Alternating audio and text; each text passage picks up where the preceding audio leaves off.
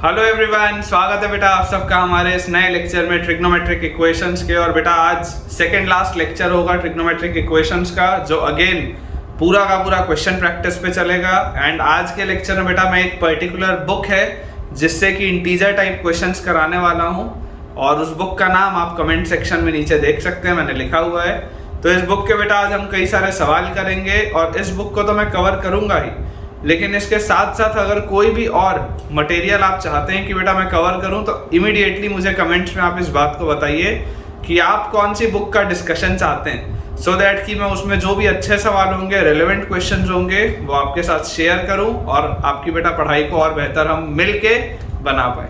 तो चलिए आज का लेक्चर स्टार्ट करते हैं। लेकिन आज का लेक्चर स्टार्ट करने के पहले सबसे पहले बेटा अपन ये देख लेते हैं कि मैंने पिछले दिनों एक बेटा पोल क्वेश्चन पोस्ट किया था यूट्यूब में। आप उसे एक बार जरूर जाके देखिएगा। मैंने उसमें कुछ स्टैंडर्ड बुक्स के नाम लिखे हुए हैं मैथ्स के, तो आपके लिए जो भी बुक रिलेटेबल हो, जो बुक आपको अच्छी लगती हो, आप मुझे जरूर उसमें बता सकते हैं, ताकि मैं उस बुक का भी डिस्कशन ले लूँ। तो स्टार्ट करते हैं। स्टार्ट करने के पहले जितने भी नए बच्चे हैं, सबसे पहले आप मेरा टेलीग्राम चैनल ज्वाइन कीजिए। उसका लिंक आपको डिस्क्रिप्शन बॉक्स में दिख रहा होगा। उसको ज्वाइन करने से बेटा आपको बेनिफिट ये होगा कि लेक्चर से रिलेटेड सारे अपडेट्स आपको उसमें मिल जाएंगे, और जो भी बेटा मैं होमवर्क के लिए प्रैक्टिस शीट शेयर करूंगा वो भी आपको उसमें मिलेगी। तो वीडियो को जल्दी से लाइक कर दीजिए, सारे ही बच्चे जितने भी इस वीडियो को भी देख रहे हैं। तो चलिए शुरुआत करते हैं बेटा कुछ सवालों के साथ। अभी जो मैं आपको बेटा कुछ क्वेश्चन दूंगा वो उस बुक के नहीं है, जब वो आएंगे तब मैं आपको बताऊंगा कि अब मैं बुक वाली चीज स्टार्ट कर रहा हूँ। फिलहाल तो मेरे पास जो और मेरा मटेरियल है मैं उससे भी आपको करवाता हूँ कुछ सवाल। क्वेश्चन बेटा आज के लेक्चर का पहला अपने पास लिखा हुआ है, आपको जनरल सॉल्यूशन बताना है। ठीक है, जनरल सॉल्यूशन बेटा आपको इसका बताना है। इक्वेशन में आपके लिए लिख देता हूं। Equation is 4 cot 2 theta. आसान से सवाल है। 4 cot 2 theta is equal to cot square theta minus tan square theta. 4 cot 2 theta is equal to cot square theta minus tan square theta. ठीक है बेटा, ये अपने पास देखिए क्वेश्चन दिया हुआ है। अब अगर हम इसे सॉल्व करें तो बहुत बेसिक सा अप्रोच है कि यार कॉट में हम कंफर्टेबल नहीं होते, हम कॉट को tan में चेंज करेंगे। तो this will be 4 by tan 2 theta is equal to 1 by tan square theta minus tan square theta. यही आएगा मेरे पास। तो यहां से आ गया 4 by tan 2 theta is 2 tan theta upon 1 minus tan square theta, जो ऊपर आ जाएगा तो यहां आ जाएगा 1 minus tan square theta. And this is equal to बेटा अपने पास आ जाएगा, देखो आप एलसीएम लोगे तो 1 माइनस tan की power 4 theta upon tan square theta. ठीक है, 1 माइनस tan की power 4 theta upon tan square theta. Clearly बेटा आपको एक चीज यहाँ पर दिख रही है, ये 2 और 4 का फैक्टर तो गया। अब देखो tan थीटा की वैल्यू बच्चों 0 नहीं हो सकती। tan theta is not equal to 0। tan theta की वैल्यू 0 क्यों नहीं हो सकती? क्योंकि अगर tan थीटा 0 हुआ तो cot थीटा अनडिफाइंड हो जाएगा। रेसिप्रोकल लिखा है ना, आप tan थीटा को 0 इसलिए नहीं बोल सकते क्योंकि अगर tan थीटा 0 हुआ तो cot थीटा अनडिफाइंड हो जाएगा, तो tan थीटा तो 0 नहीं है। अगर tan थीटा 0 नहीं है तो ये tan थीटा का जो एक फैक्टर है वो आप काट सकते हैं। तो अब आपके पास सवाल लिखा हुआ है twice of 1 minus tan square theta is equal to twice of 1 minus tan square theta is equal to, ये देखो a square minus b square अगर हम लगाएं तो a minus b multiplied by a plus b, a minus b multiplied by a plus b, और divided by नीचे क्या लिखा हुआ है tan theta. a minus b multiplied by a plus b, और नीचे क्या लिखा हुआ है हमारे पास tan थीटा। तो यार यहाँ से देखो आपके पास एक फैक्टर जो कॉमन आ रहा है वो कौन सा आ रहा है? 1 माइनस tan स्क्वायर थीटा का आ रहा है। तो tan square theta equal to 1 आप लिख सकते हैं। ये आपका एक सॉल्यूशन आएगा जब आप इसको सॉल्व करेंगे। तो 1 माइनस tan स्क्वायर थीटा अगर आप एक साइड लेके जाएंगे, फैक्टर कॉमन निकालेंगे, तो ये वाली चीज एक आ जाएगी आपके पास। अब इसके बाद देखो बची हुई चीज को सॉल्व करते हैं तो ये tan थीटा यहां जाएगा, तो 2 tan theta is equal to 2 tan theta is equal to 1 plus tan square theta. 2 tan theta is equal to 1 plus tan square theta. तो यहां से बेटा मेरे पास आ जाएगा tan square theta minus 2 tan theta plus 1 is equal to 0। तो ये आ गया tan थीटा माइनस 1 का whole square is equal to 0। ठीक है, यहां से हमारे पास आ गया tan थीटा माइनस 1 का whole square is equal to 0। तो इसका मतलब आ गया tan theta is equal to 1। इसका मतलब क्या आ गया? tan theta is equal to 1। तो 1 को आप क्या लिख सकते हैं? tan पाई बाय 4 लिख सकते हैं। तो यहां से मेरे पास आएगा theta is equal to n pi plus pi by 4। ये चीज आएगी theta is equal to n pi plus pi by 4। और यहाँ से बेटा देखो tan square theta is equal to 1 लिखा है, तो इसको आप लिख सकते हैं tan square theta is equal to tan square pi by 4। tan square theta is equal to tan square pi by 4 1 की जगह।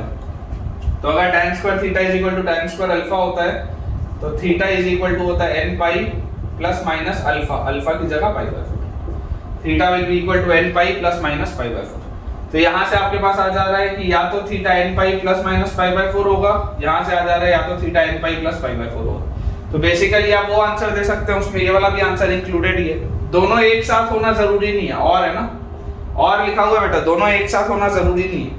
तो जो आपके पास फाइनल आंसर आएगा, फाइनल आंसर यही होगा बेटा, n pi plus minus pi by 4। This is your final answer, ठीक है, क्योंकि ये वाला आंसर इसमें ऑलरेडी इंक्लूडेड है। तो और तो लिखा है, मतलब एंड तो लिखा नहीं हुआ है कि दोनों में कॉमन क्या है, ऐसा तो है नहीं, और है या तो ये होगा या तो वो होगा, तो आप डायरेक्टली उसको आंसर बोल सकते हो, उसमें ये वाला भी आंसर ऑलरेडी इंक्लूडेड है, ठीक है। चलिए अगला सवाल देखते हैं बेटा। नेक्स्ट अपने पास जो क्वेश्चन है वो लिखा हुआ है, अगेन जनरल सॉल्यूशन हमको बताना है। जनरल सॉल्यूशन बेटा हमको बताना है। क्वेश्चन हमारे पास दिया है cos 2 theta is equal to root 2 plus 1, cos 2 theta is equal to root 2 plus 1 into cos theta minus 1 by root. cos 2 theta is equal to root 2 plus 1 into cos theta minus 1 by root, ठीक है। ये बेटा अपने पास equation देखिए, आराम से इसको solve करते हैं, कोई बड़ी बात नहीं, छोटे छोटे से बड़ा सवाल है। अब तक तो हमने इतने सारे क्वेश्चंस की प्रैक्टिस कर ली है कि कॉन्फिडेंस आपका ऑटोमेटिकली इंक्रीज हो गया होगा। मतलब मैं काउंट तो नहीं कर रहा हूँ, लेकिन बेटा मुझे लगता है कि कम से कम 50 सवाल तो मैं आपको अभी तक करा चुका हूँ टोटल, ऐसा मुझे लगता है। यहाँ से बेटा देखिए, आप इसको जैसे ही एक्सपैंड करेंगे, क्योंकि आपको एक cos थीटा वाला टर्म दिख रहा है, इसको एक्सपैंड कैसे करेंगे, cos 2 theta will be 2 cos square theta minus 1, this will be equal to, ये रूट 2 जब अंदर मल्टीप्लाई होगा तो रूट 2 cos थीटा, रूट 2 इससे मल्टीप्लाई होगा तो माइनस 1, 1 इससे मल्टीप्लाई होगा तो प्लस cos थीटा, और 1 इससे मल्टीप्लाई होगा तो माइनस 1 बाय 2, ये अपने पास आएगा, ठीक है। 2 cos स्क्वायर थीटा माइनस 1, तो यार ये माइनस 1 और माइनस 1 तो गया, ठीक है। और इसमें कुछ अपने को ऐसा कॉमन आता हुआ दिखाई दे रहा है क्या? तो देखो आप इस चीज को समझो बेटा, ये 2 cos स्क्वायर थीटा और यहाँ प्लस cos थीटा, इसको एक साइड ले आओ, तो आप इसको लिख लो 2 cos square theta minus cos theta is equal to, यहाँ पर बेटा देखो आपके पास लिखा है root 2 cos theta minus 1 by root 2। LCM अगर लोगे तो आपके पास आ जाएगा 2 cos theta minus 1 upon root 2। ऊपर यहाँ से बच्चों आपके पास cos theta common, 2 cos theta minus 1, यही आ रहा है, cos थीटा कॉमन तो 2 cos थीटा माइनस 1। क्लियरली मुझे ये चीज दिखाई दे रही है कि 2 cos थीटा माइनस 1 वाला फैक्टर दोनों साइड से कॉमन आएगा, तो यहाँ से आपके पास एक फैक्टर तो आ गया 2 cos theta minus 1 is equal to 0, ये एक फैक्टर आ गया। अगर ये वाली चीज हो जाएगी तो अगला आपके पास क्या बचेगा, cos theta is equal to 1 by root 2। तो अगर cos थीटा की वैल्यू 1 बाय रूट 2 है तो 1 बाय रूट 2 तो क्या होता है, cos ऑफ पाई बाय 4 होता है, 1 बाय रूट 2 क्या होता है, cos ऑफ पाई बाय 4 होता है। तो यहाँ से बेटा आपके पास आ जाएगा theta is equal to 2n pi plus minus alpha. तो एक तो यार ये आंसर आ गया, theta is equal to 2n pi plus minus pi by 4। और अगर यहाँ से मैं बोलूं कि cos theta is equal to half है, तो हाफ कब होता है, cos theta is equal to cos pi by 3, क्योंकि cos 60 sin 30 हाफ होता है। तो यहाँ से हमारे पास आ जाएगा theta is equal to 2n pi plus minus pi by, theta is equal to 2n pi plus minus pi by 3। देख लीजिए छोटे छोटे से सवाल, थीटा की वैल्यू एक हमारे पास आ जाएगी 2n pi plus minus pi by 4, बिल्कुल सही। और अगला आ जाएगा बेटा 2n pi plus minus pi by 3, बिल्कुल सही, ठीक है। चलिए बोर्ड क्लियर करते हैं, अगले सवालों को बनाते हैं। नेक्स्ट अपने पास बड़ा क्वेश्चन है, प्रूव दैट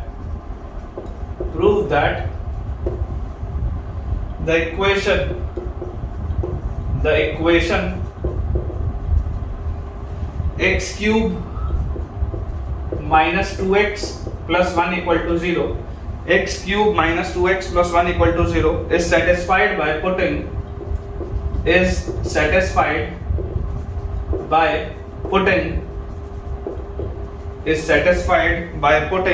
for x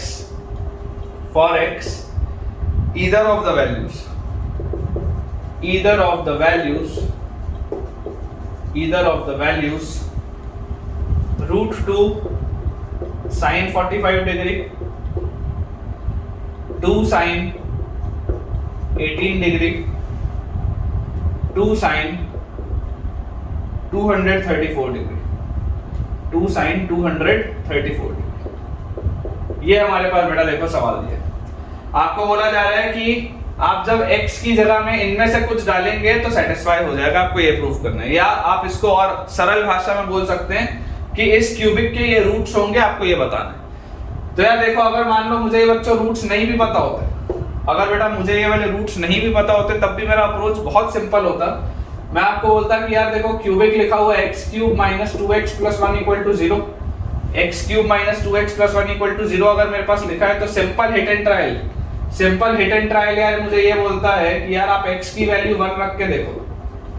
आप x की वैल्यू जैसी 1 रख के देखोगे तो आपके पास आ जाएगा 1 का क्यूब माइनस 2 इंटू 1 प्लस 1। देख लो इसकी वैल्यू 0 आ रही है, इसकी वैल्यू 0 आ रही है, मतलब x इक्वल टू 1 तो इसका एक रूट है। अब अगर x इक्वल टू 1 बच्चों इसका एक रूट है तो x माइनस 1 से आप इसको डिवाइड करिए। ठीक है, मैं डायरेक्टली डिवाइड कर रहा हूं। अगर आपको डायरेक्ट डिवीजन नहीं आता, जो मैं अभी कर रहा हूं बेटा, अगर आपको डायरेक्ट डिवीजन नहीं आता तो आप मुझे कमेंट में बताइएगा।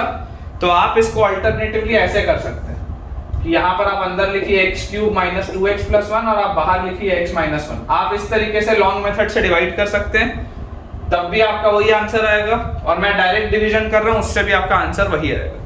अगर आपको ये डायरेक्ट डिवीजन का मेथड ना आता हो, मुझे आप कमेंट्स में अभी तुरंत बताइए। यहाँ पर x क्यूब लिखा है तो यहाँ आ जाएगा x स्क्वायर, तो x क्यूब आ गया माइनस x स्क्वायर, तो यहाँ पे आ जाएगा प्लस x स्क्वायर और उसके बाद आ जाएगा माइनस x, तो यहाँ पे आ जाएगा minus x minus 2x plus 1। ठीक है, तो अपने पास बेटा ये आएगा x minus 1 into x square plus x minus 1। आप जब इसको डिवाइड करेंगे ना, तो आप अगर पूरा डिवाइड करते तो आपके पास क्वोशंट यही आता, x square plus x minus 1। तो ये अपना बेटा ये क्यूबिक हो गया। ये जो क्यूबिक है ना, बेसिकली ये फैक्टराइज मैंने कर लिया। देखो x माइनस 1 से डिवाइड किया तो ये आपका क्वाड्रेटिक फैक्टर हो गया, ये आपका लीनियर फैक्टर हो गया। इन दोनों को आप मल्टीप्लाई करोगे तो यही वाला क्यूबिक आपके पास आएगा। मैंने डायरेक्ट मेथड किया है, अगर आपको ना आता हो तो मुझे बताइए तुरंत, और अगर ना आता हो तो आप इस मेथड से कर सकते हैं जो लॉन्ग डिवीजन मेथड। तो यहाँ से देखो, इसका रूट तो 1 आ गया।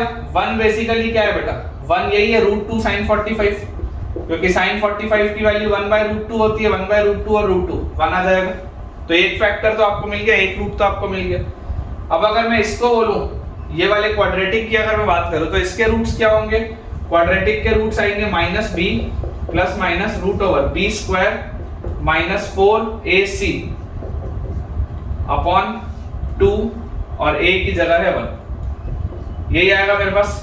तो इसको अगर बेटा मैं सिंप्लीफाई करूं तो this will be x is equal to minus 1 plus minus minus minus plus, तो रूट 5 बाई 2। ठीक है, minus 1 plus minus root 5 by 2। तो यहां से बेटा आपके पास x की वैल्यू आ गई। पहली वैल्यू आपके पास आएगी माइनस 1 प्लस रूट 5 बाई 2 और दूसरी वैल्यू हमारे पास आएगी x की माइनस 1 माइनस रूट 5 बाई 2। ये चीज हमारे पास आएगी।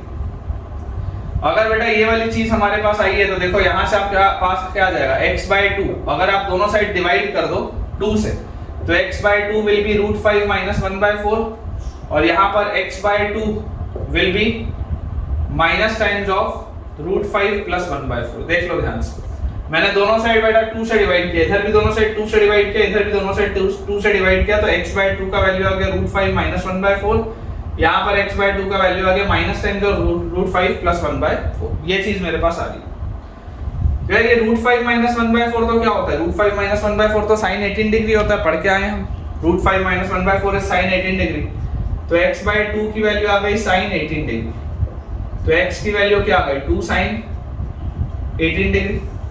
ये वाला भी आपको मिल गया, पहला वाला तो मिल ही चुका था, 2 साइन 18 डिग्री भी आपको मिल गया। अब यहाँ देखो, यहाँ पर बेटा आपके पास x बाई 2 की क्या वैल्यू आ रही है? Minus times of root 5 plus 1 by 4 क्या होता है? cos 36। Root 5 plus 1 by 4 is cos 36। और अगर बच्चों ये चीज हमारे पास होती है तो माइनस टाइम्स ऑफ cos 36, इसको आप क्या लिख सकते हैं? x by 2 is equal to minus times of cos 36 को क्या मैं साइन 54 बोल सकता हूँ क्या? देखो जरा सोच के, cos 90 माइनस थीटा जो होता है बेटा साइन थीटा होता है, तो cos 36 को हम साइन 54 बोल सकते हैं। और ये जो मैंने बेटा माइनस साइन 54 लिखा है, इसको मैं कैसे लिख सकता हूँ? x by 2 is equal to sine of 180 plus 54। जरा सोच के देखो साइन 180 प्लस थीटा क्या होता है, sine 180 plus theta minus sine theta होता है, तो वही चीज आएगी। तो यहाँ से आपके पास आ गया x is equal to 2 sine, ये 2 इधर आ जाएगा तो 2 साइन और 180 और 54 is 234, 2 sine 234 degree, x is equal to 2 sine 234। ये अपने पास बेटा चीज आ जाएगी। ठीक है, आसान सा सवाल था, बस आपको बेटा ये वाली चीज एक बार मुझे रिवाइज करानी थी कि आप कंफर्टेबल हो जाएं। साइन 18 डिग्री क्या होता है, cos 36 डिग्री क्या होता है। और जैसा मैंने आपको बेटा बोला भी हुआ है कि आप में से कई सारे बच्चों को कई सारी चीजें नहीं आती हैं, तो इसमें एक तो ये वाली चीज हो सकता है आपको ना पता हो, तो अब मैंने आपको बता दिया कि कौन कौन से एंगल्स होते हैं। और उसके अलावा बेटा ये डायरेक्ट जो तरीका होता है डिवाइड करने का, डायरेक्ट तरीका हो सकता है कुछ बच्चों को ये भी ना पता हो, तो ये भी मैंने आपको बता दिया। अगर इस चीज को आपको मुझसे सीखना होगा तो आप मुझे कमेंट्स में शेयर करिएगा। देखिए बेटा अगला अपने पास क्वेश्चन लिखा है, if sine of pi cos theta, if sin of pi cos theta is equal to cos of pi sin theta, sin of pi cos theta is equal to cos of pi sin theta, prove that cos of theta plus minus pi by 4, cos of theta plus minus pi by 4 is equal to 1 by 2 root, cos of theta plus minus pi by 4 is equal to 1 by 2 root। तो ये बेटा अपने को solve करना है। देखिए approach समझते हैं बेटा, जब इस तरीके का फॉर्मेट हमारे पास होता है तो हम हमेशा ये प्रयास करते हैं कि कोई एक ही चीज हमारे पास मिले।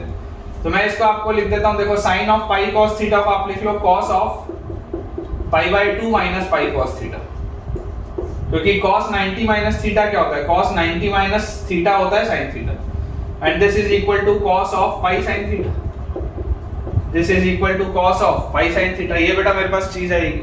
तो यहां से देखो अगर cos बराबर cos आ रहा है तो pi by 2 minus pi cos theta will be equal to 2n pi plus minus pi sin theta।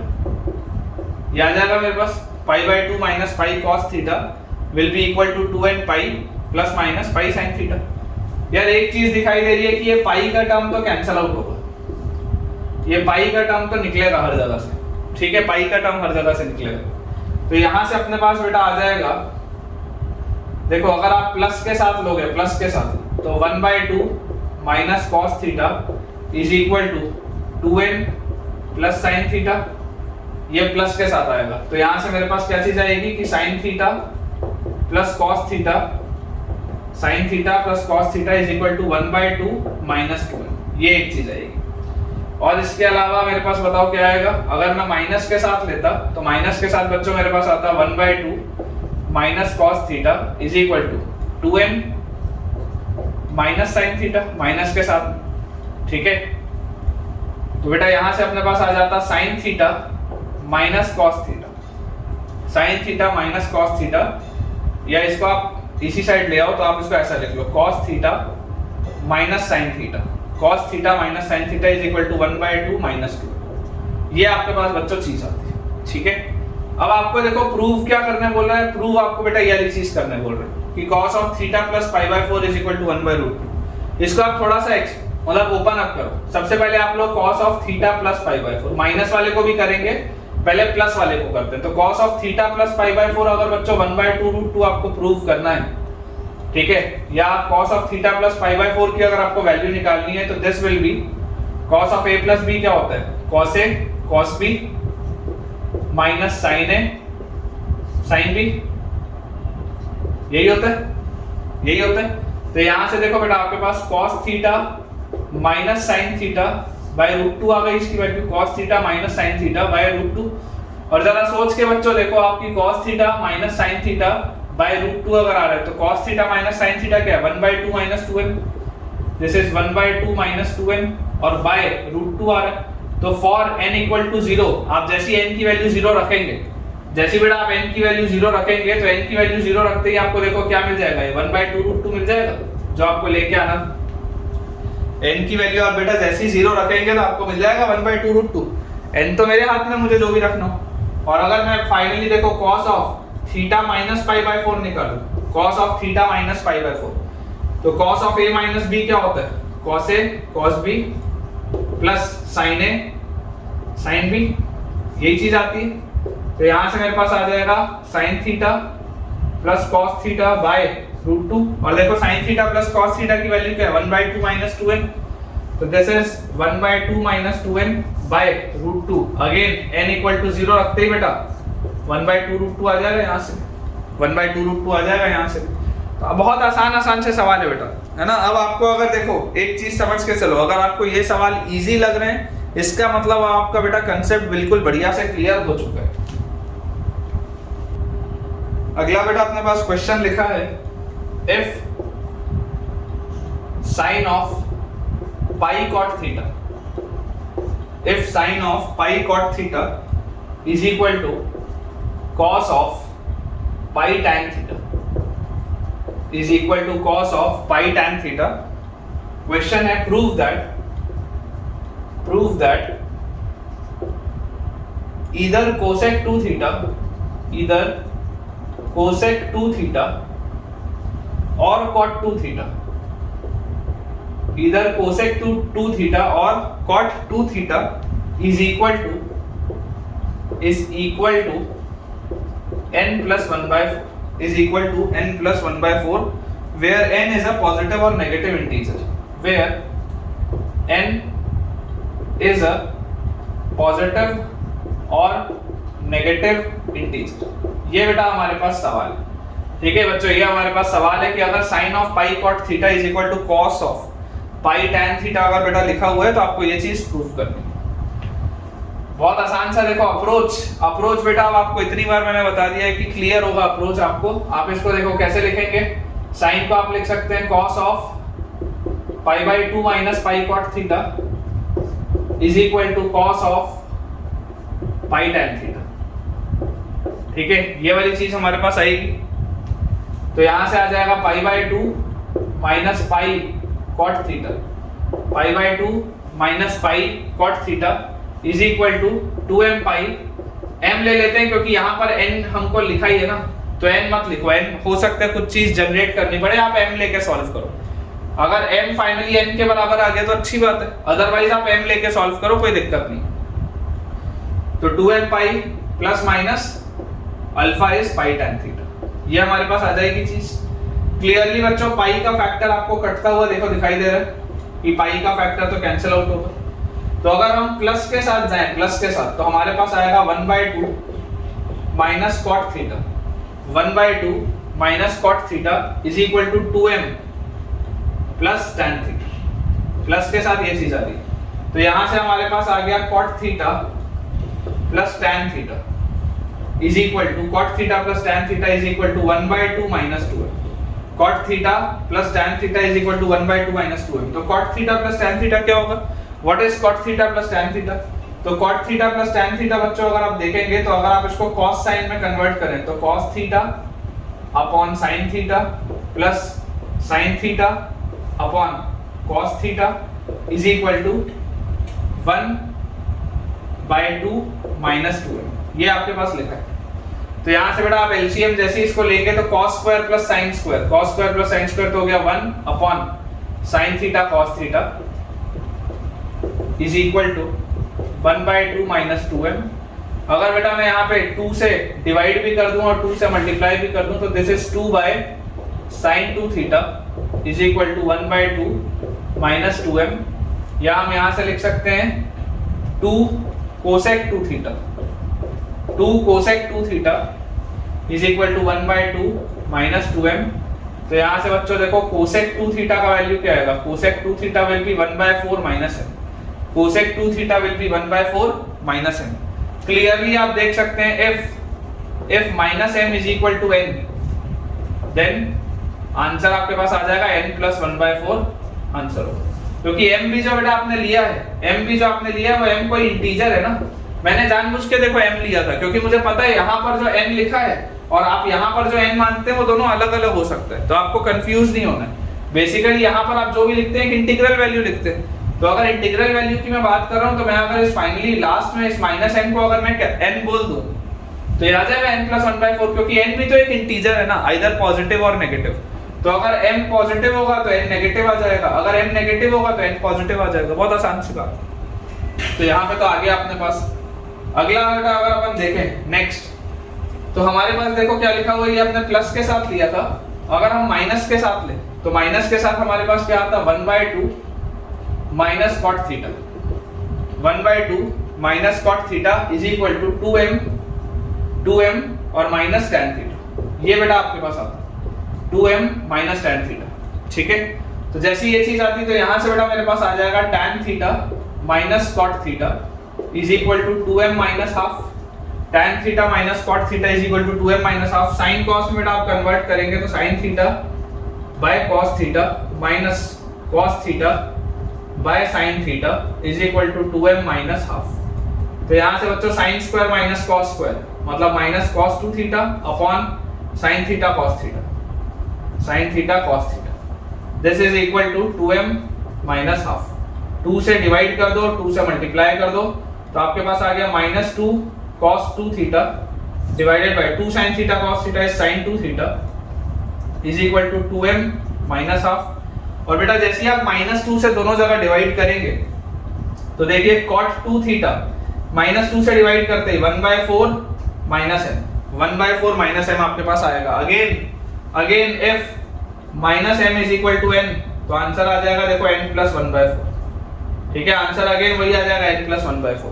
तो आपको देखो ये चीज तो प्रूव करनी थी, prove that either cosec 2 theta is equal to n plus 1/4 और cot 2 theta is equal to n plus 1/4। Same answer है बेटा। ठीक है, ये वाला बस मैनिपुलेशन आपको समझ के चलना है कि यहाँ पर आप जो भी इंटीजर लिखते हैं वो एक इंटीग्रल वैल्यू है, उसको आप a b c m n x y कुछ भी लिख सकते हैं, आपकी इच्छा के ऊपर है। नेक्स्ट बेटा अपने पास लिखा है question, if x comma y belongs to close bracket 0 से 2 pi, if x comma y belongs to close bracket 0 से 2 pi, then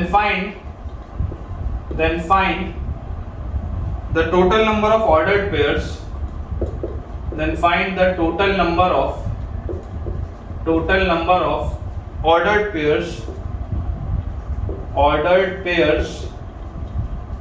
x comma y, then find the total number of ordered pairs x comma y satisfying the equation sin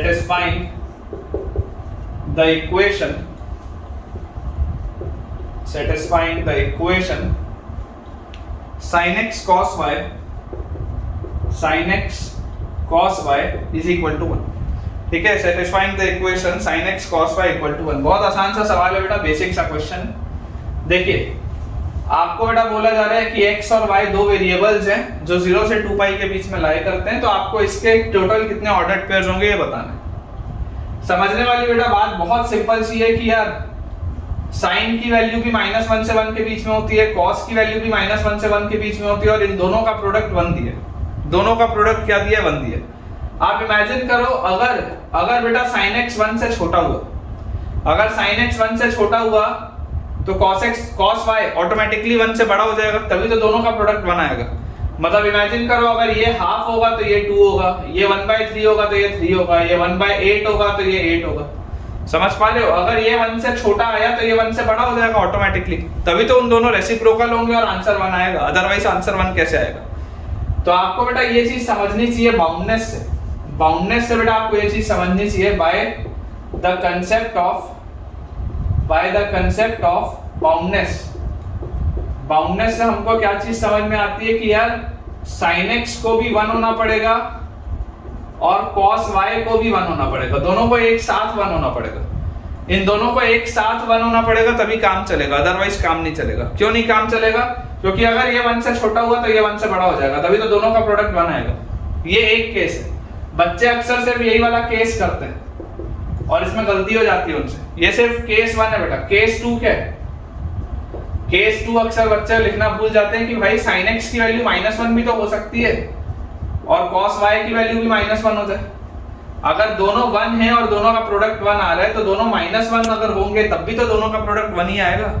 तो sin x और cos y दोनों 1 भी हो सकते हैं और sin x और cos y दोनों -1 भी हो सकते हैं, उसमें कोई प्रॉब्लम नहीं। जैसे बेटा मैंने ये लिखा तो देखो sin x की वैल्यू 1 कितनी जगह होती है? आप अगर sin का ग्राफ बनाएंगे तो 0 से 2 पाई में 0 से लेकर बेटा 2 पाई में ये 1 सिर्फ और सिर्फ एक बार होता है, और वो कहां पर होता है? वो होता है बेटा pi by 2। This is 1 only at pi by 2। तो x की वैल्यू आपके पास क्या आ गई? पाई बाय 2 आ गई। ठीक है, और cos y की वैल्यू बच्चों 1 कितनी बार होती है? cos y की वैल्यू 1 तो 2 बार होती है। 0 पर भी 1 होता है, 2 पाई पर भी 1 होता है। देखो दोनों पे क्लोज्ड, तो y की वैल्यू 0 भी हो सकती है और y की वैल्यू 2 पाई भी हो सकती है, दोनों ही हो सकती है। तो यहां से ऑर्डर्ड पेयर्स कितने आ गए? पाई बाय 2 के साथ y 0 हो सकता है। ऑर्डर्ड पेयर मतलब ऑर्डर्ड पेयर x, y, तो अगर x पाई बाय 2 होगा तो y 0 हो सकता है, x अगर पाई बाय 2 होगा तो y 2 पाई भी हो सकता है। यहां से आपके पास दो ऑर्डर्ड पेयर है। वैसे यहां पर देखें sin x की वैल्यू -1, तो बच्चों देखो sin x की वैल्यू -1 कितनी बार होती है? सिर्फ एक बार होती है, that is at 3 pi by 2। सिर्फ एक बार होती है, तो x की वैल्यू तो आ गई 3 पाई बाय 2। और cos y की वैल्यू बेटा -1, cos y की वैल्यू -1 कितनी बार होती है? सिर्फ एक बार होती है, that is at pi. cos y की वैल्यू -1 सिर्फ एक बार होती है, दैट इज एट पाई। तो यहां से आपके पास कितने ऑर्डर्ड पेयर है? सिर्फ और सिर्फ एक, that is 3 pi by 2 pi. तो फाइनल आंसर बेटा आपके पास क्या आ जाएगा? Total number of ordered pairs will be 3। ये लिखा है ना, then find the total number of ordered pairs, तो आंसर विल बी 3। इसके बेटा टोटल 3 ऑर्डर्ड पेयर्स हैं। कौन कौन से आपके ऑर्डर्ड पेयर्स हैं? पहला ऑर्डर्ड पेयर है पाई बाय 2, 0, बिल्कुल सही। दूसरा है पाई बाय 2, 2 पाई, बिल्कुल सही। और तीसरा है 3 पाई बाय 2, पाई, बिल्कुल सही। ठीक है, तो बाउंडनेस का बेटा देखिए इस्तेमाल कैसे करते हैं ये आपने सीखा। अब जो मैं 2-3 आपको सवाल कराऊंगा आज के लेक्चर में वो बाउंडनेस के ही होंगे। क्वेश्चन बेटा अपने पास लिखा हुआ है, solve and find the general solution. Solve and find the general solution. ठीक है, आपको बेटा जनरल सॉल्यूशन इसमें बताना है। क्वेश्चन है cos raise to the power 50x, बड़ा पावर है, देखो बहुत बड़ा पावर है। ऑब्वियसली इतना बड़ा तो सॉल्व कराएगा नहीं। cos raise to the power 50x minus sin raise to the power 50x is equal to 1। अब जरा सोच के देखो, इतना बड़ा पावर क्या संभव है क्या तुम्हारे लिए सॉल्व करना? Simple cos square x minus sin square x लिखा होता तो बात अलग थी, लेकिन यहाँ तो बहुत बड़ा पावर है। तो अप्रोच क्या होना चाहिए? अप्रोच बेटा इसका होना चाहिए बाउंडनेस से। अगर आप बाउंडनेस से इसको देखोगे तो ये आसान है, बिकॉज आप इसको लिख सकते हैं cos raise to the power 50x is equal to 1 plus sin raise to the power 50x। cos raise to the power 50x is equal to 1 plus sin raise to the power 50x। Boundness से तो आसान है। तो यहां से देखो मुझे क्या दिखाई दे रहा है? LHS जो है, LHS किसके बीच में जाएगा? इवन पावर है ना, cos का पावर इवन नंबर है। इवन नंबर है मतलब LHS आपका घूम रहा होगा 0 से 1। और ये sin की पावर 50x है बेटा, ये भी कहां से कहां घूम रहा होगा? 0 से 1। sin की पावर 50x भी कहां से कहां घूम रहा होगा? 0 से 1। और इसमें आपने 1 ऐड कर दिया, तो ये जो RHS है, ये RHS अब घूम रहा है कहां से कहां तक? 1 से 2। ये जो बच्चों RHS आपके पास पूरा है, ये RHS कहां से कहां घूम रहा है? 1 से लेकर 2 तक, 1 से लेकर 2 तक। और LHS घूम रहा है 1 से 0 से लेकर 1 तक। तो ये दोनों बराबर कब होंगे? दोनों बराबर होंगे जब LHS भी 1 हो और RHS भी 1 हो। दोनों बराबर कब होंगे? व्हेन cos x भी आपके पास 1 आए, और बेटा मतलब cos की पावर 50x लिखना चाहिए, cos की पावर 50x भी आपके पास 1 आए, और sin की पावर 50x ये आपके पास आ जाए बेटा किसके बराबर? 0 के बराबर। sin की पावर 50x आपके पास आना चाहिए 0 के बराबर, और cos की पावर 50x आपके पास किसके बराबर आना चाहिए? 1 के बराबर। तो यहां से बेटा आप ऑब्जर्व करिए, sin की पावर 50x, sin की पावर 50x 0 कब होगा? क्योंकि ये 0 होगा तभी ये पूरी चीज 1 आएगी, और ये 1 होना चाहिए। तो ये 0 कब होगा? When x is n pi. x की वैल्यू n पाई होगी तो sin ऑफ x 0 आ जाएगा, क्योंकि अगर sin की पावर 50x 0 है, दिस इंप्लाइज sin x 0 है। एक ही मतलब है। तो आपके पास x का वैल्यू आएगा n पाई। और अगर आप यहां पर देखेंगे कि cos की पावर 50x 0 होना चाहिए, तो क्या x की वैल्यू n पाई पर ये हो रहा है क्या ट्रू? देखो आप एक बार ग्राफ बना के, cos का बच्चों ग्राफ बना के देखो। ये आपके पास cos का ग्राफ है। 0 पर इसकी वैल्यू 1 है, पाई बाय 2 पर इसकी वैल्यू 0 है, पाई पर इसकी वैल्यू -1 है, उसके बाद 3 पाई बाय 2 पर 0 है, फिर 2 पाई पर इसकी वैल्यू 1 है। तो आप देखो पाई पर -1 है, फिर पाई के बाद 3 पाई पर -1 है, फिर 5 पाई पर -1 है, 7 पाई पर -1 है। तो आप जब x की वैल्यू n पाई रखोगे, n पाई रखोगे बेटा तो कोई प्रॉब्लम नहीं आएगा, क्योंकि ये आइदर -1 की पावर 50 बनेगा या ये चीज 1 की पावर 50 बनेगी। देख लो, क्योंकि पाई के मल्टीपल्स में बेटा पाई पे -1 है, 2 पाई पे +1 है, 3 पाई पे -1 है, 4 पाई पे +1 है, तो ये या तो -1 की पावर 50 बन रहा होगा या तो 1 की पावर 50 बन रहा होगा, depend on the value of n। n अगर ऑड होगा तो -1 की पावर 50 बनेगा, n अगर इवन होगा तो +1 की पावर 50 बनेगा, n की वैल्यू पर डिपेंड करता है। तो -1 की पावर 50 या +1 की पावर 50 बनेगा, तो ये तो हमेशा ही ट्रू होगा, इसमें कोई प्रॉब्लम नहीं। मतलब आप अगर x की वैल्यू n पाई रखते हैं, आप बेटा अगर x की वैल्यू n पाई रखते हैं तो cos ऑफ n पाई की पावर 50 100% 1 आएगा, इसमें कोई प्रॉब्लम नहीं, क्योंकि ये या तो cos ऑफ n पाई 1 बनेगा या तो cos ऑफ n पाई -1 बनेगा, डिपेंड करता है n की वैल्यू पे। तो final answer will B n पाई। ठीक है, फाइनल आंसर बच्चों अपने पास आ जाएगा n पाई। अगला अपने पास बेटा सवाल लिखा है, अगेन हमको जनरल सॉल्यूशन बताना है। ठीक है, जनरल सॉल्यूशन हमको बेटा बताना है।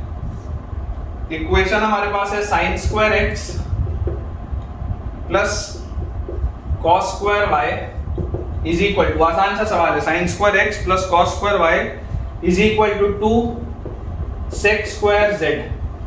sin² x plus cos² y is equal to 2 sec² z for x, y, z। x और y और z क्या है, कुछ वेरिएबल्स। तो ये इक्वेशन आपका बेटा ट्रू कब होगा, आपको इसका जनरल सॉल्यूशन बताना है। तो जरा सोच के देखिए, अगर हम LHS की बात करें, LHS की, तो sin² x की मैक्सिमम वैल्यू क्या होती है 1, cos² y, देखो वेरिएबल अलग अलग है, तो cos² y की मैक्सिमम वैल्यू क्या होती है 1, ठीक है, और sec² z की मिनिमम वैल्यू क्या होती है 1। बेटा ये चीज आपको पता होनी चाहिए कि sec और cosec 1 या उससे बड़े होते हैं, sec और cosec 1 या उससे बड़े होते हैं या -1 या उससे छोटे होते हैं। तो मुझे ये चीज समझ में आ रही है कि यार LHS जो है वो मैक्सिमम 1 हो सकता है, LHS जो है सॉरी मैक्सिमम क्या हो सकता है 2 हो सकता है, ये 1 हो जाए ये 1 हो जाए तो ये 2 आएगा, LHS की maximum value. Whereas RHS की मिनिमम वैल्यू, अगर ये 1 होगा तो 2 into 1, RHS की मिनिमम वैल्यू 2 है। तो आप क्या चीज समझ सकते हैं कि LHS हमेशा क्या होगा बेटा, LHS हमेशा ही 0 से 2 के बीच में मूव करेगा और RHS हमेशा ही 2 से इंफिनिटी के बीच में रहेगा। तो दोनों बराबर कब होंगे, ये बेटा दोनों के दोनों बराबर होंगे। देखो ये हमेशा 0 से 2 के बीच में होगा, ये एक पॉजिटिव क्वांटिटी है, ये भी एक पॉजिटिव क्वांटिटी है, या लीस्ट में ये दोनों 0 हो सकते हैं। तो LHS का बेटा जो रेंज आएगा दैट विल बी फ्रॉम 0 से 2 क्लोज ब्रैकेट, और RHS का बेटा जो रेंज आएगा that will be from 2 to infinity. तो दोनों बराबर कब होंगे, एट 2 दोनों बराबर होंगे। यही एक केस है, यही बेटा एक केस है। इसका मतलब क्या हो गया, इसका मतलब हो गया sin² x भी 1 होगा, cos² y भी 1 होगा और sec² z भी 1 होगा। ये तीनों की ही वैल्यू 1 होगी, तभी आपका ये सवाल सॉल्व हो सकता है, अदरवाइज ये सवाल सॉल्व नहीं होगा। तो यहाँ से बेटा अगर आपके पास sin² x is equal to 1 की जगह में sin² π/2 रखूं तो x will be equal to n pi plus minus π/2, ये आ गई आपके पास x की वैल्यू। अगर cos² y is equal to 1 की जगह में cos² 0 रखूं, ठीक है, क्योंकि cos 0 1 होता है, तो y will be equal to n pi plus minus 0 लिखने की तो जरूरत नहीं है। और sec² z को आप 1/cos² z लिख सकते हैं। तो अगर हम cos² z is equal to 1 की जगह cos² 0 लिखें तो अगेन z भी क्या आएगा n पाई, ठीक है।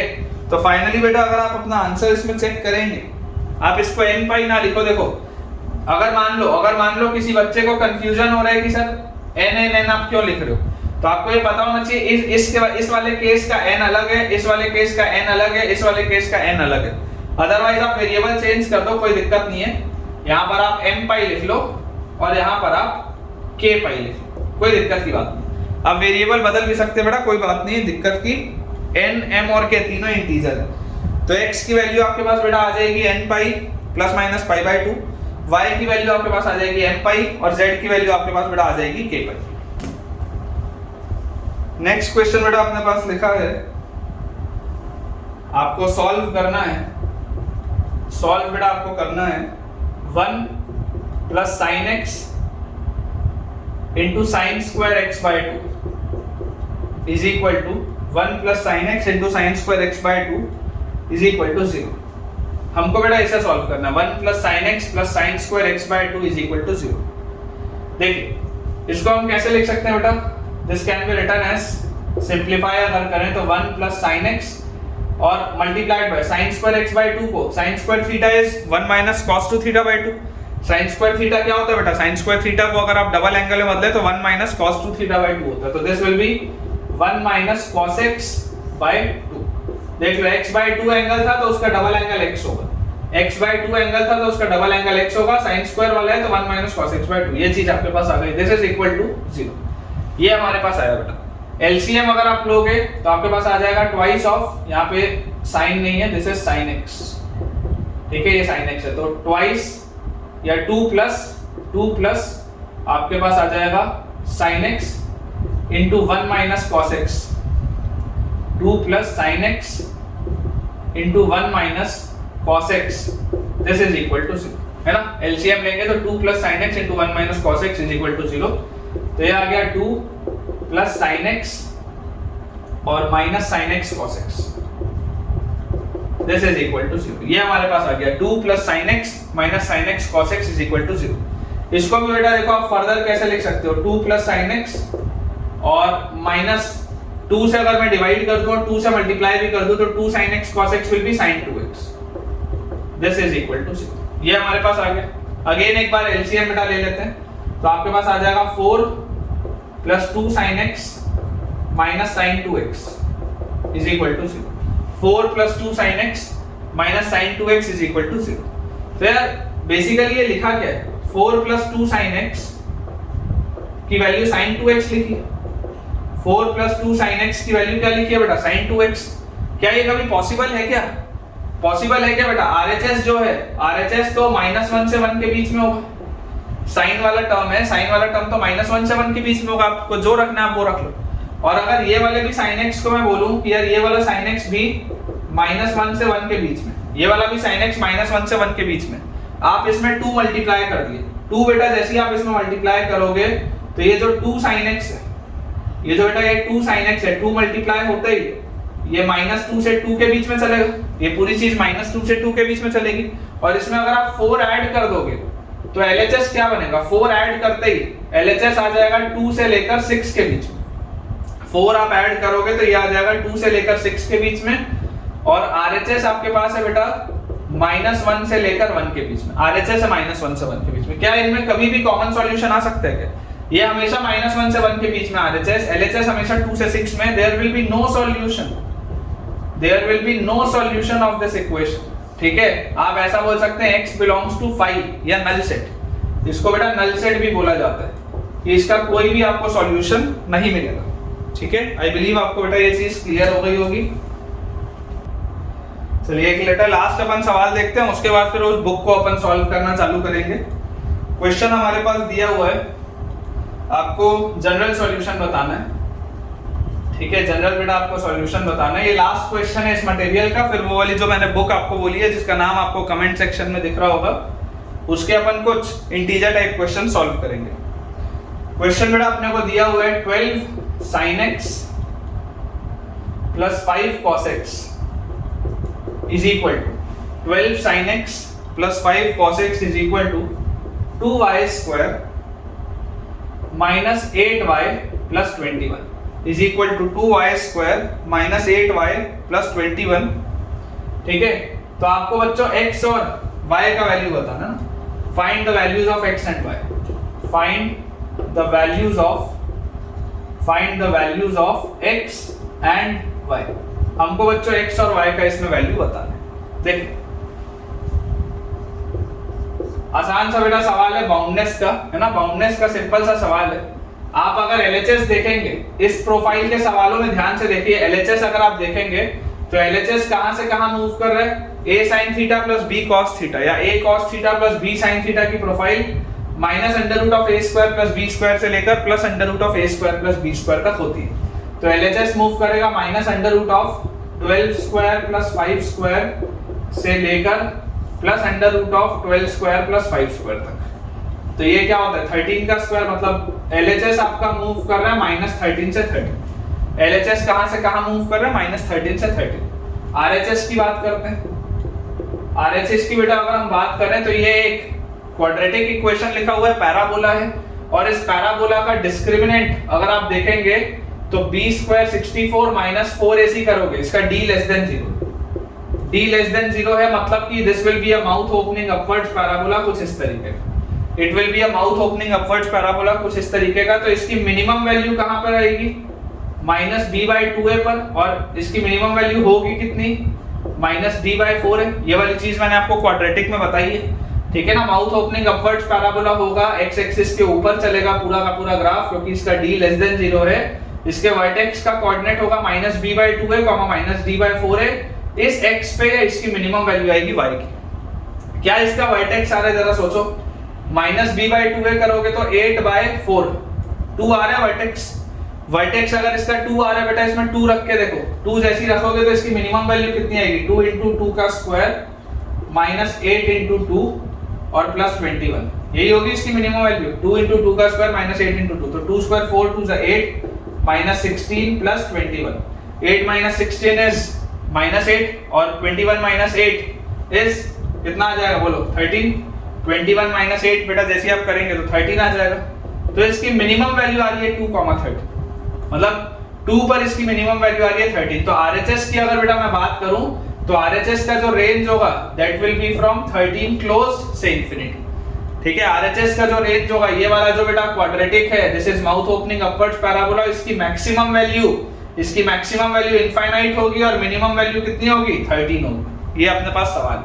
तो आप देख सकते हैं LHS हमेशा 13 या उससे छोटा है, RHS हमेशा 13 या उससे बड़ा है। तो यार बहुत सीधी सी बात हो गई ना कि अगर ये हमेशा 13 या उससे बड़ा है तो y की वैल्यू तो 100% आ गई 2, क्योंकि ये दोनों इक्वल कब होंगे, ये दोनों इक्वल होंगे 13 पे। ये दोनों के दोनों इक्वल होंगे 13 पे, तो बेटा y की तो वैल्यू आ गई 2। जो आपको find the values of x and y है, y तो आपको मिल गया, y का वैल्यू आ रहा है 2, क्योंकि इसी 2 पर तो ये 13 हो रहा है। इसके बाद अगर हम बेटा x की बात करें तो ये 13 कब होगा, तो this will B 12 sin x + 5 cos x should be equal to 13। यही आना चाहिए equation, 12 sin x + 5 cos x is equal to 13। अगर बेटा मैं इसको √a² + b² से डिवाइड करूं तो 12 sin x + 5 cos x divided by √12² + 5² क्या होता है, 13 ही होता है जो यहाँ लिखा हुआ है।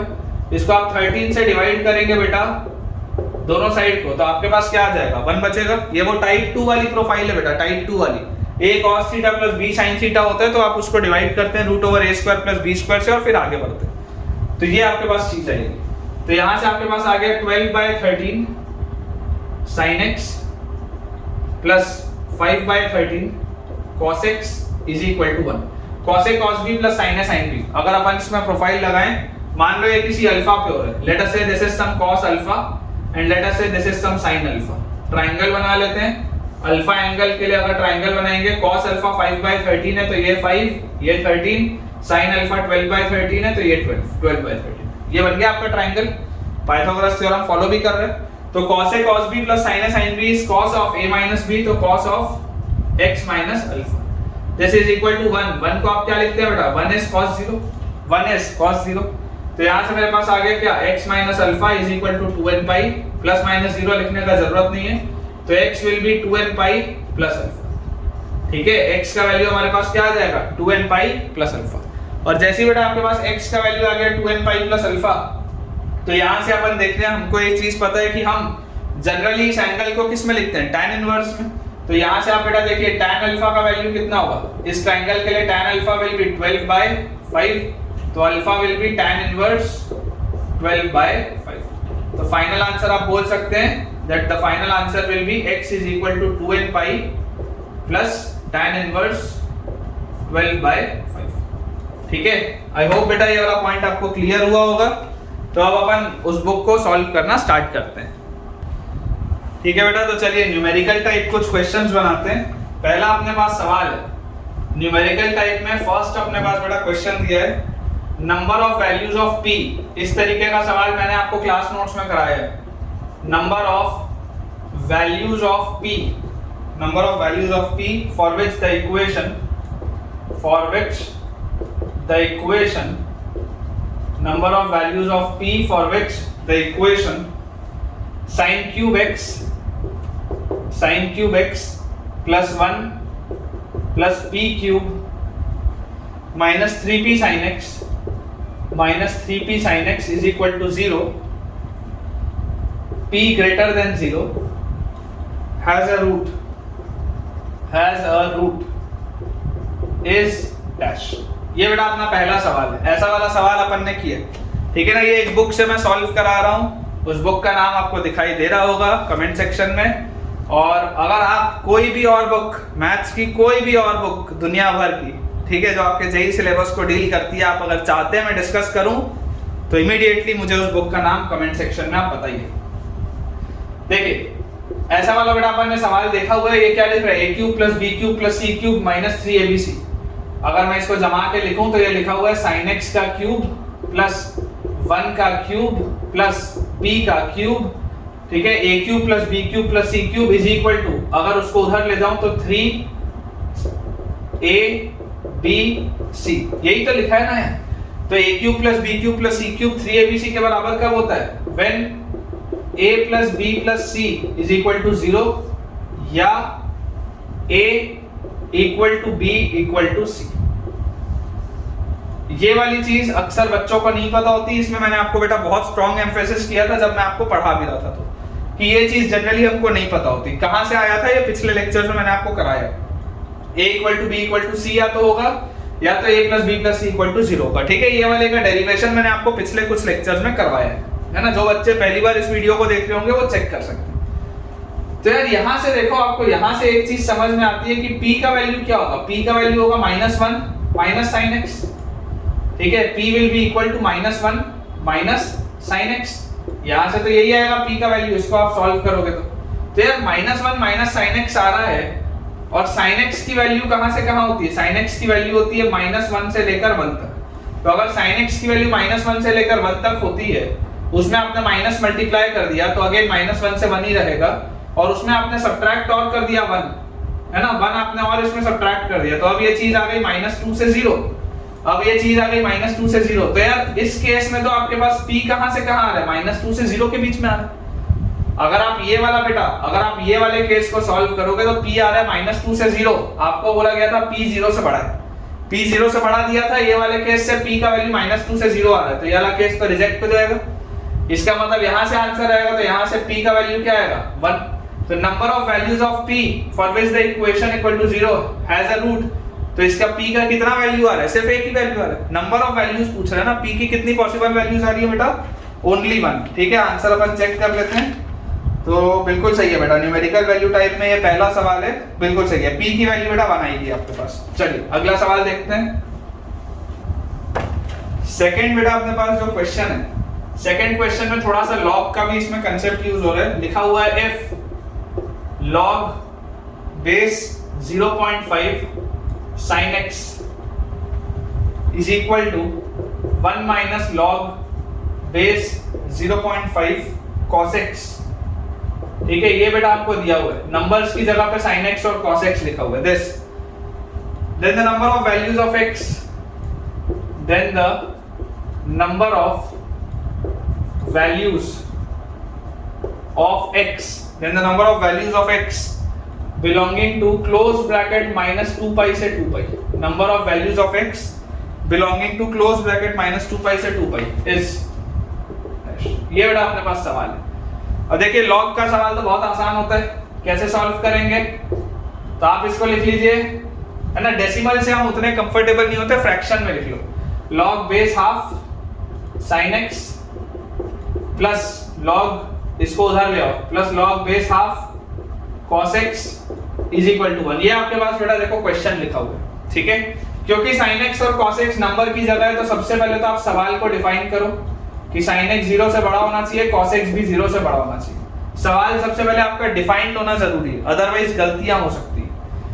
तो जैसे ही हमने ये लिख लिया, तो यहाँ से हमारे पास log का प्रॉपर्टी यूज कर दिया जाएगा, log m बेस है, log m base a plus log n base a will be log mn base a, तो अंदर आ जाएगा sin x cos x multiply में दिस इज इक्वल टू 1। तो हाफ की पावर 1 क्या होता है बेटा, हाफ होता है, तो sin x cos x का वैल्यू क्या आ गया, हाफ आ गया यहाँ से। तो बेटा ये 2 जैसे इधर आएगा तो आपके पास आ जाएगा 2 sin x cos x, मतलब sin 2x का वैल्यू 1 आ जाएगा। अब अगर हम अपना बेटा ट्रिग्नोमेट्रिक इक्वेशन का कांसेप्ट देखें तो sin 2x का वैल्यू 1 कब होता है? 1 की जगह आप sin π/2 रख सकते हैं, तो 2x will be equal to n pi plus 2x will be equal to n pi plus -1 की पावर n into π/2। ये आपके पास बेटा चीज आएगी। तो x की वैल्यू क्या आ जाएगी? x will be equal to n pi/2 plus -1 की पावर n into π/4, ये आएगा मेरे पास। अब देखो आप बेटा जैसे ही n की वैल्यू 0 रखोगे, n की वैल्यू 0 रखते ही आपको ये तो गायब हो गया, ये गायब हो गया, π/4 मिला। n की वैल्यू 1 रखते ही आपको बताओ क्या मिलेगा?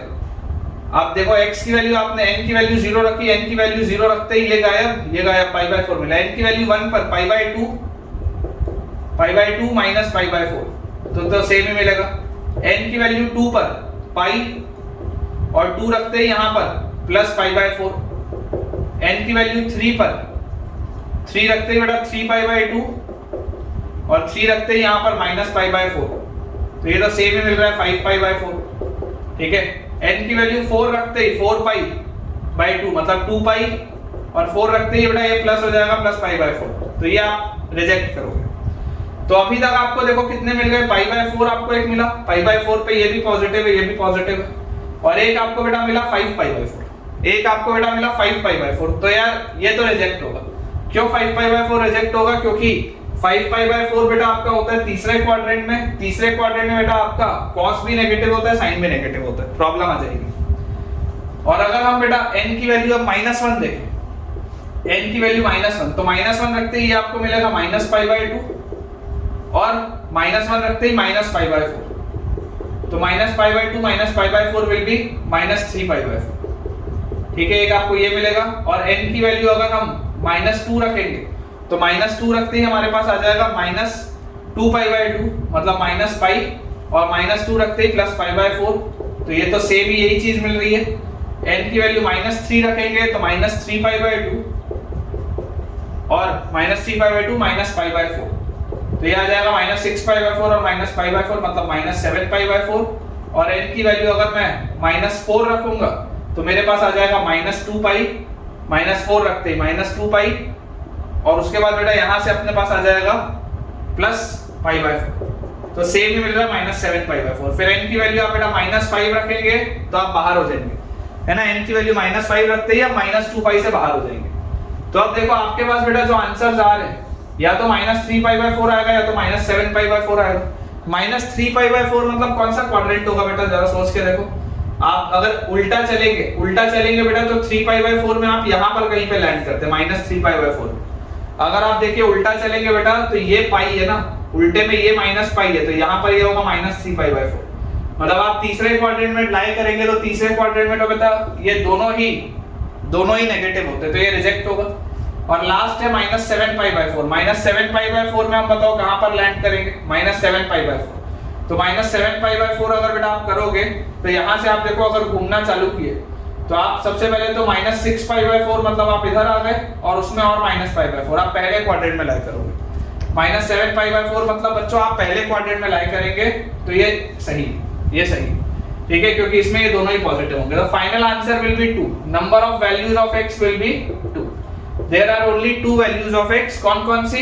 एक होगी बेटा π/4 और दूसरी बेटा आपके पास आएगी -7π/4। यही 2 वैल्यूज आएंगी x की जिसके लिए आपको बेटा आंसर निकल के आएगा। चलिए बेटा अगला सवाल देखते हैं। थर्ड बेटा अपने पास जो क्वेश्चन लिखा है, थर्ड क्वेश्चन बेटा आपको दिया हुआ है।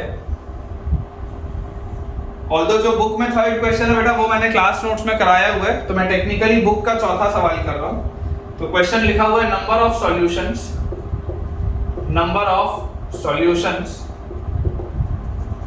सॉल्यूशंस ऑफ द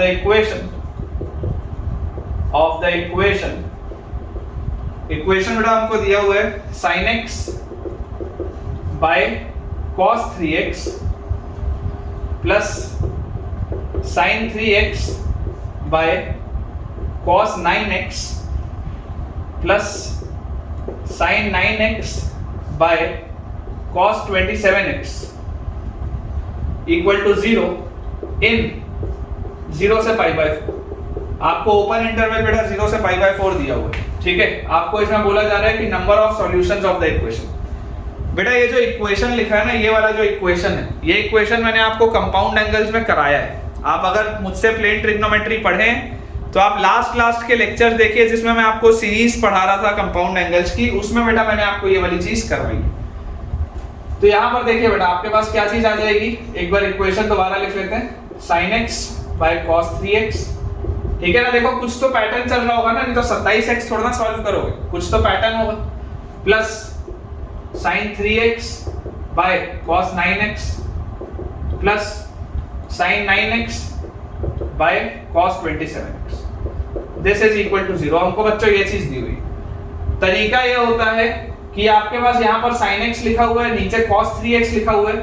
अगर मैं cos x से मल्टीप्लाई डिवाइड कर दूं और 2 से भी मल्टीप्लाई डिवाइड कर दूं, पहले वाले टर्म में अगर मैं cos x से मल्टीप्लाई डिवाइड कर दूं और 2 से भी मल्टीप्लाई डिवाइड कर दूं, तो ऊपर क्या बनेगा देखो, 2 sin x cos x sin 2x, और नीचे क्या बनेगा 2 cos 3x cos x, यही आपके पास बनेगा नीचे, ठीक है।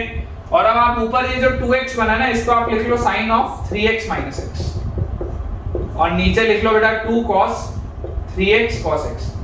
ये मैंने आपको ये वाला कंसेप्ट, ये वाला बेटा मैंने आपको कंसेप्ट प्लेन ट्रिग्नोमेट्री में कंपाउंड एंगल्स वाले उसमें कराया है, जो ट्रिग्नोमेट्री फेज 1 था, उसकी प्लेलिस्ट में आपको मिल जाएगा ये चीज। लास्ट के लेक्चर में मैंने ये चीज कराई। तो जैसे बेटा हमारे पास ये आया, अब देखो sin of a minus b, sin of a minus b क्या होता है, sin a cos b minus cos a sin b, और डिवाइड में मेरे पास क्या लिखा हुआ है 2 cos 3x cos x। देखो बेटा नीचे वाले अगर आप टर्म को डिस्ट्रीब्यूट करोगे तो cos x से cos x जाएगा 1/2 tan 3x आएगा पहला टर्म, और फिर इसको डिवाइड करोगे तो cos 3x से cos 3x जाएगा, तो आपके पास आएगा -1/2 tan x, ठीक है। मतलब कि sin x by cos 3x जो था, sin x by cos 3x आपके पास बेटा सॉल्व होने के बाद देखो क्या आ रहा है, sin x by cos 3x solve होने के बाद आ रहा है 1/2 tan 3x minus 1/2 tan x। पहले आ रहा है नीचे वाला एंगल, बाद में आ रहा है ऊपर वाला एंगल, और tan के साथ आ रहा है। अगर आप सेम अप्रोच इसमें फॉलो करोगे ना, बिल्कुल सेम अप्रोच, मैं आपको सिर्फ पहला स्टेप लिख के दे रहा हूं, फिर डायरेक्टली आंसर लिखूंगा। सेम अप्रोच में आप sin 3x by cos 9x रहने दो, मल्टीप्लाई करो cos 3x से, डिवाइड करो cos 3x से, मल्टीप्लाई करो 2 से, डिवाइड करो 2 से। सेम तरीके से आप सॉल्व करो, सेम तरीके से, तो आपके पास आ जाएगा 1/2 tan नीचे वाला एंगल मतलब 9x माइनस 1/2 tan ऊपर वाला एंगल आपके पास आ जाएगा 3x, ये चीज है। और सेम बेटा इसमें अगर आप करोगे तो आपके पास आएगा plus 1/2 tan 27x minus 1/2 tan 9x is equal to 0। करके देख लेना बेटा, ये चीज मैंने आपको पहले पढ़ाई हुई है, इसलिए बहुत ज्यादा इसमें मैं टाइम वेस्ट नहीं करूंगा। क्या क्या इसमें बेटा आप देखो कैंसिल आउट हो रहा है, कैंसिल आउट कुछ हो रहा है क्या, ये tan 3x वाला टर्म इससे गया, उसके बाद और क्या जा रहा है अपने पास, ये tan 9x वाला भी बेटा टर्म कैंसिल आउट हो गया, तो फाइनली बचा क्या, सिर्फ ये दो टर्म बचे।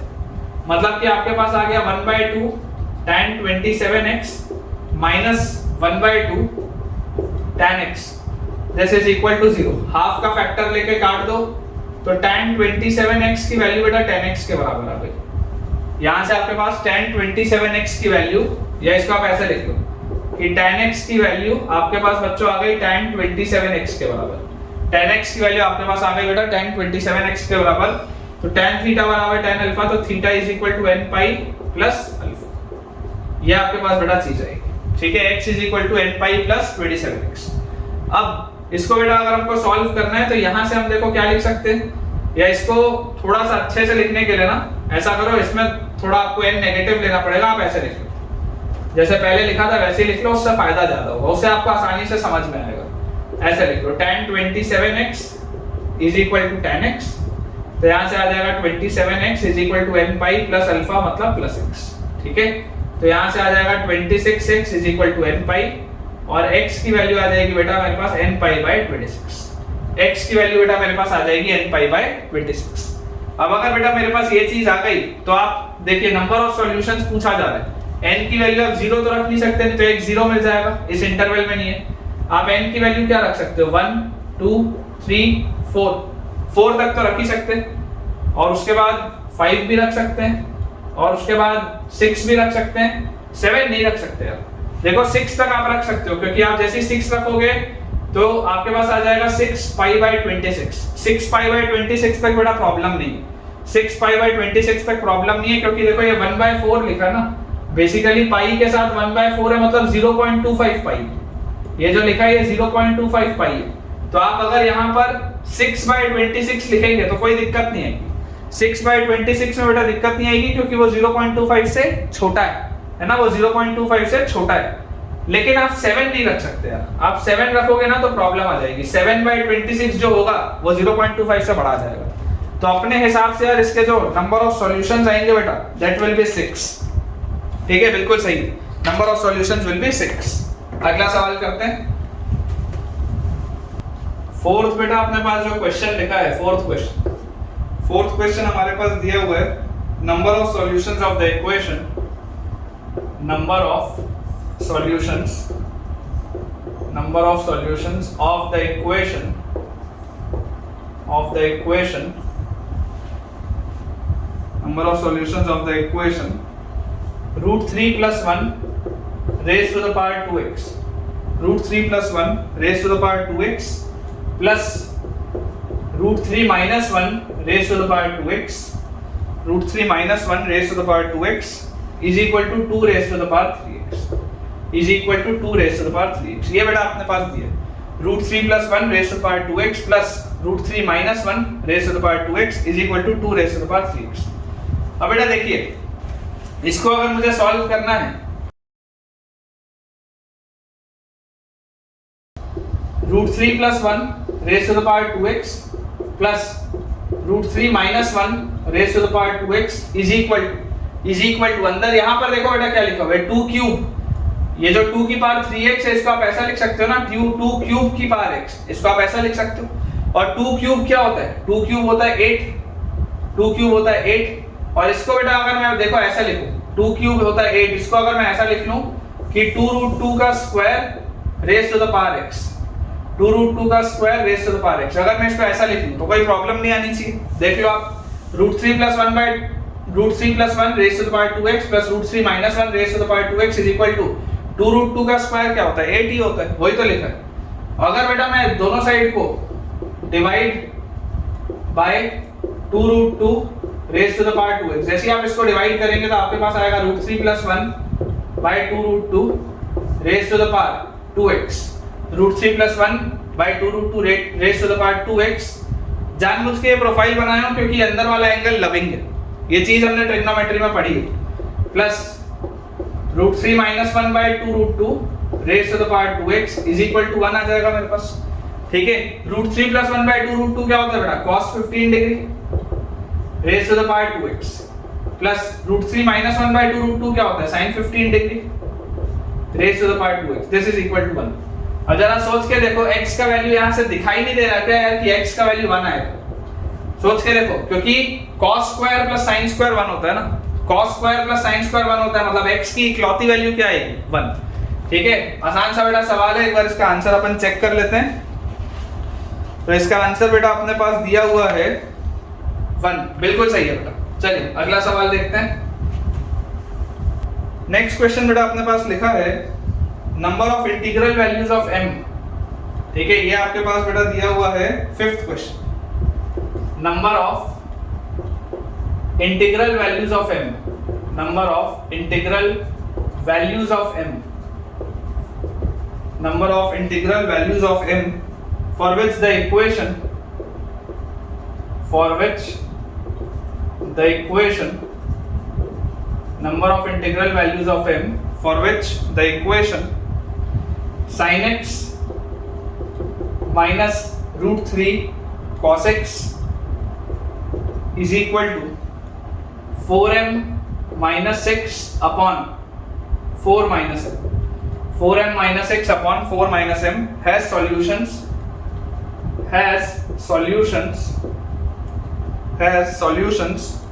और आपको बच्चों ये भी दिया हुआ है कि x जो है वो 0 क्लोज से 2 पाई क्लोज में, वो 0 क्लोज से 2 पाई क्लोज में, ठीक है।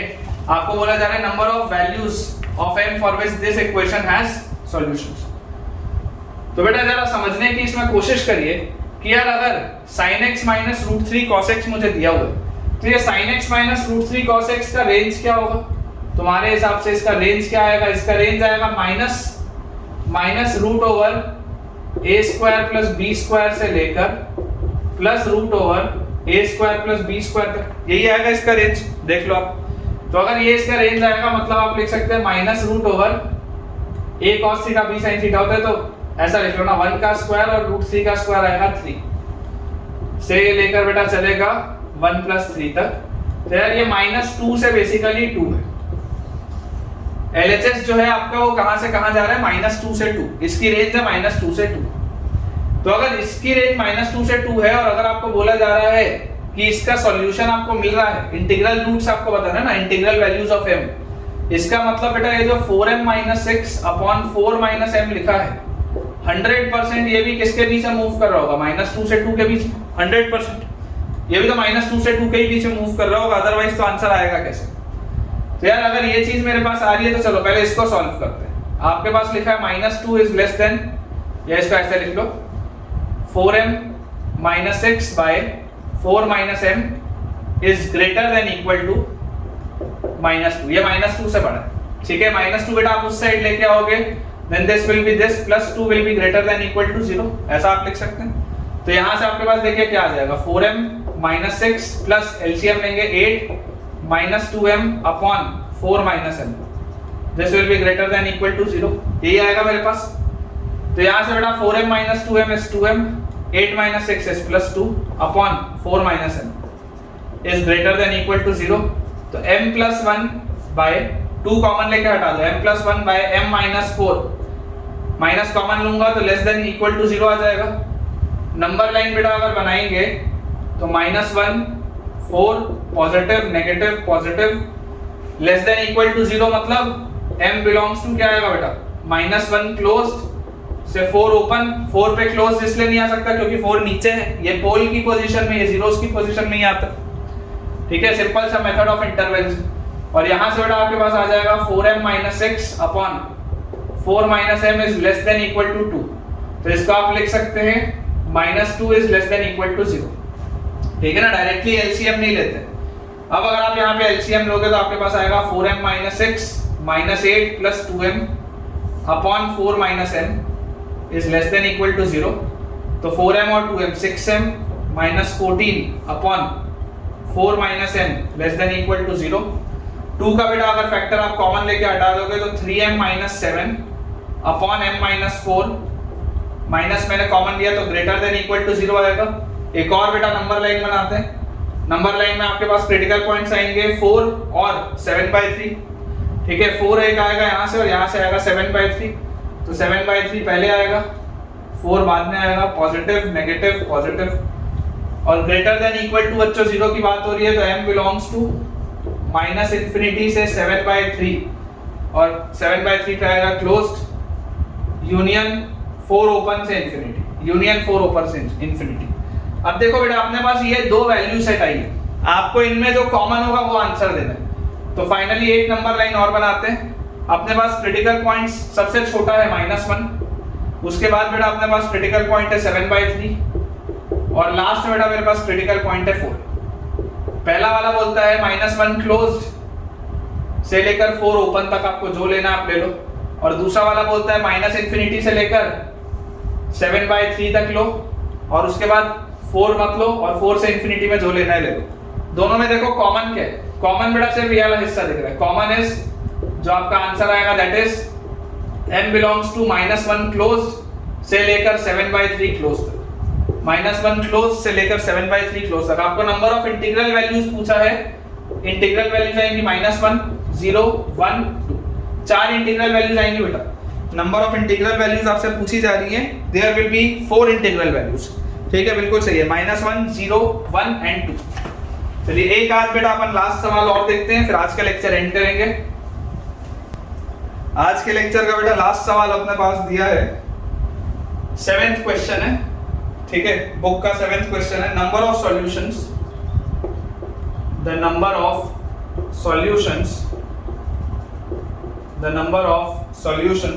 of the